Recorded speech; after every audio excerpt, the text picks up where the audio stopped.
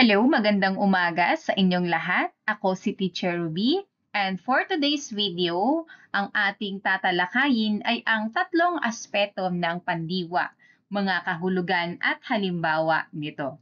Pero bago tayo dumako doon, please don't forget to like, share, and subscribe to my channel nang sa ganoon ay updated kayo sa mga susunod nating aralin.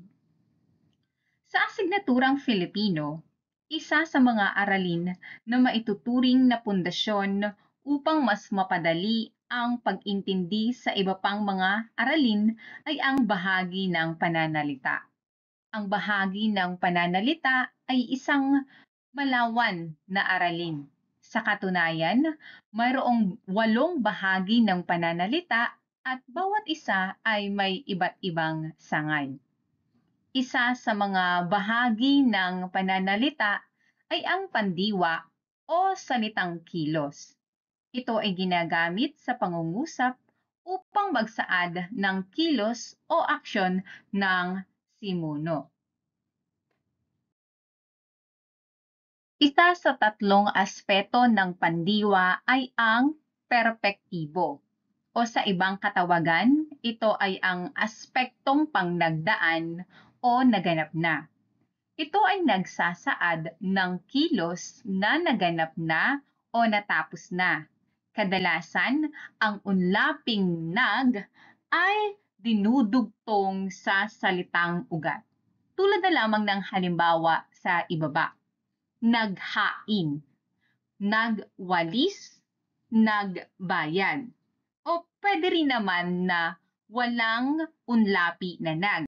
Halimbawa, binigyan, dinayo, tinupad.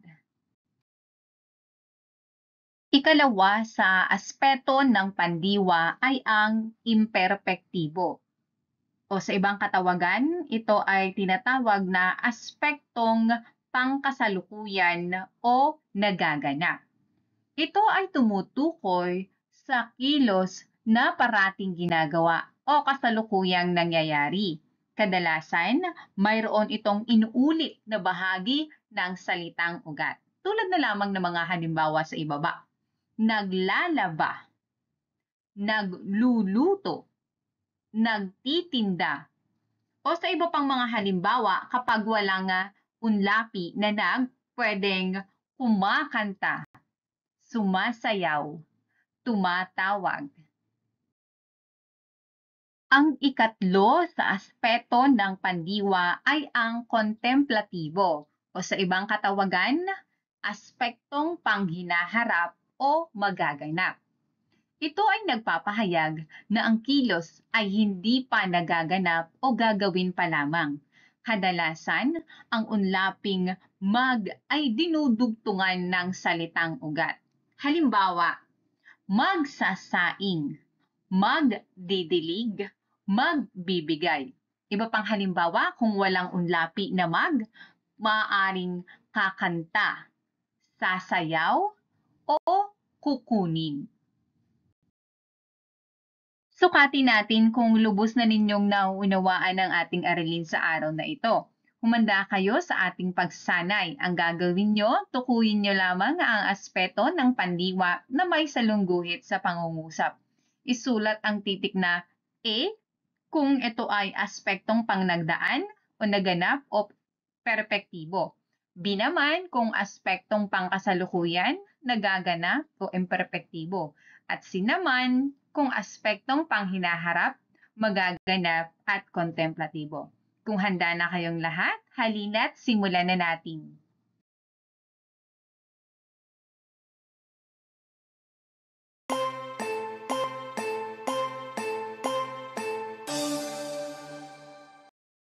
Sa unang bilang, ang may salungguhit na pandiwa ay nagtatanim.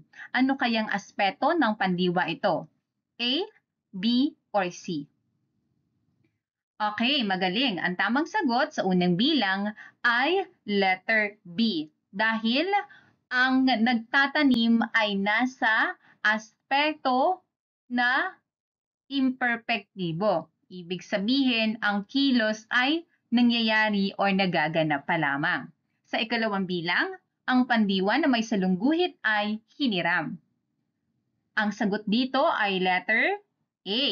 Ito ay nasa aspetong perpektibo dahil pinapakita ng kilos na ito ay naganap na.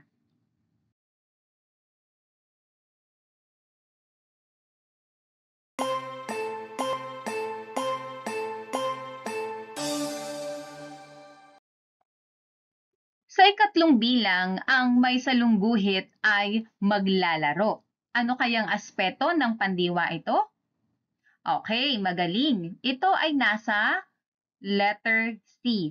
Aspetong kontemplatibo. Ibig sabihin, ang kilos ay magaganap pa lamang. Meron din kayong clue dito, nandito yung salitang mamaya. Ibig sabihin, mangyayari pa lamang ang kilos.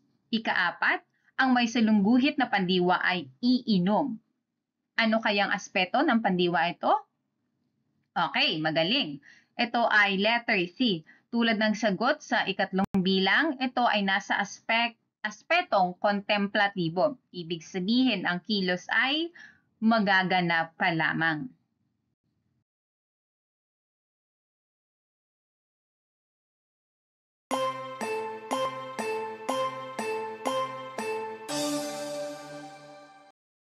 Sa ikalimang bilang, ang pandiwa na may salungguhit ay naglinis.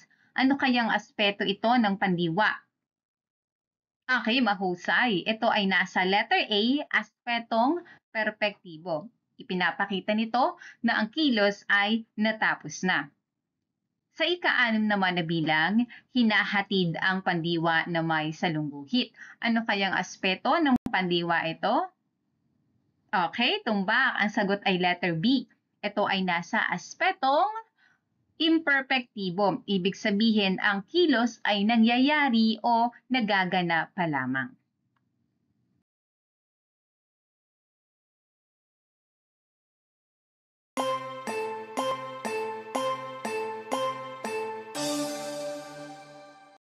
Sa ikapitong bilang, ang pandiwa na may salungguhit ay nanonood. Saang aspeto ng pandiwa kaya ito nabibilang? Okay, mahusay. Ito ay letter B, nasa aspektong imperpektibo. Ibig sabihin ng kilos o galaw ay nangyayari pa lamang. Ikawalong bilang, ang pandiwa na may salungguhit ay sinulat. Ano kayang aspeto ng pandiwa ito nabibilang? Okay, magaling. Ito ay letter A, nasa aspetong perpektibo. Ibig sabihin ng kilos o galaw ay nangyayari na.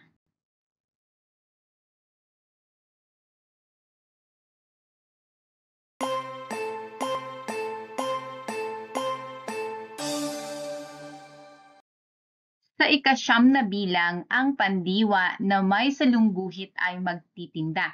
Saan kayang aspeto ng pandiwa ito nabibilang?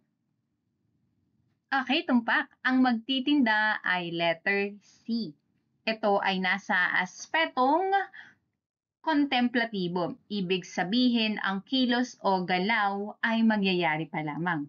At sa ika-10 bilang, yayakapin ang may salungguhit.